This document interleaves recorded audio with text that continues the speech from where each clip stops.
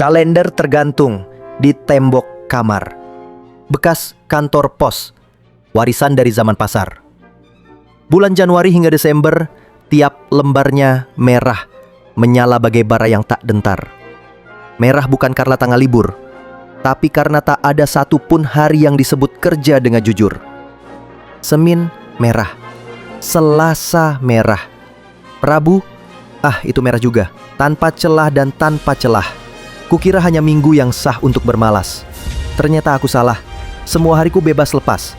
Pagi bukan waktuku bangkit, tapi justru momen paling sibuk, memilih posisi tidur yang paling legit. Orang-orang pakai dasi dan sepatu, aku pakai celana bolong dan kaos bekas seminar tahun 1. Mereka naik motor, macet di jalan, aku naik angan-angan, melayang tanpa beban. Ngopi di kafe katanya trendy, aku ngopi di dapur, ditemani panci. Mereka cerita soal deadline dan bos, aku cerita soal listrik nunggak dan warung yang ngasih bon terus. Ibuku bertanya lembut pagi tadi, "Kapan kamu mulai cari kerja, nak?" Aku menjawab dengan senyum mistis, "Sedang riset dulu, Bu. Cari yang cocok dengan zodiak dan ritme biologis." Lalu datang tetangga, si Bapak RT. "Masih kuliah ya?" Tanyanya sambil tersenyum penuh simpatik. Kupikir sebentar, lalu jawab diplomatik, "Masih, Pak. Kuliah hidup, S3 dalam bidang bertahan tanpa panik." Koran hari ini menuliskan, lapangan kerja makin sempit, saingan makin banyak. Kuhela napas dalam-dalam sambil mengelus perut. Makin lapar, makin filosofis hidup ini kutelusur. Lowongan kerja ada, tapi semua minta pengalaman, sedang aku hanya punya kenangan. CV ku tulis 3 kali lipat, tapi tak ada yang manggil. Semua hening seperti langit pasca kiamat. LinkedIn penuh motivator dan CEO muda, sedang aku motivasi saja sudah kudu minum 2 cangkir kopi tua. Kerja sambil rebahan katanya iklan, nyatanya rebahan saja, kerjanya entah di mana gerangan.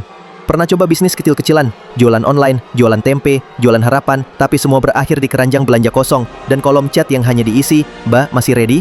Kawan lamaku sekarang sibuk urus tender, aku sibuk urus wifi tetangga biar nyambung tanpa gender. Mereka kirim invoice, aku kirim lamunan.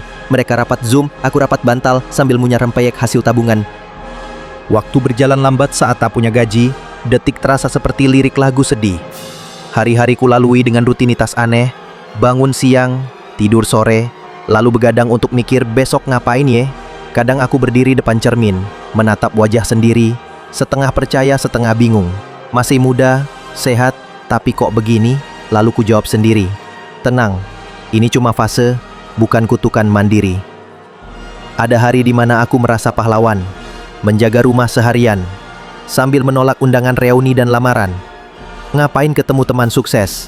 Nanti pulang cuma makin stres. Tetapi jangan salah, aku bukan pemalas. Aku hanya sedang istirahat panjang dengan cara yang bebas. Merenungi hidup, memahami arah. Sebab kerja tanpa makna hanya akan membuat tubuh lelah. Aku juga punya mimpi. Walau nganggur, mimpi punya warung kopi sendiri. Tanpa bos, tanpa struktur. Tempat nongkrong anak muda nyari wifi. Tapi semua menunya bayar pakai tanya, bukan pakai rupiah. Lalu bila malam tiba aku jadi penyair, menulis puisi di kepala sambil menatap lampu pijar yang hampir pingsan. Aku tak punya gaji tapi punya ironi. Dan ironinya lucu sekali. Hidup tetap berjalan meski tak tahu mau jadi siapa lagi. Ku hibur diri dengan tawa, menertawakan memes anak pertama harus sukses padahal nasi pun masih pinjam. Dan bila kau tanya, "Bro, kamu kok belum kerja?" Aku jawab, "Sabar, gue lagi magang sama semesta." Karena kerja bukan cuma tentang upah, tapi juga tentang arah. Dan meski kalenderku merah semua, aku percaya, ini cuma prarasa dari hidup yang akan benar-benar indah.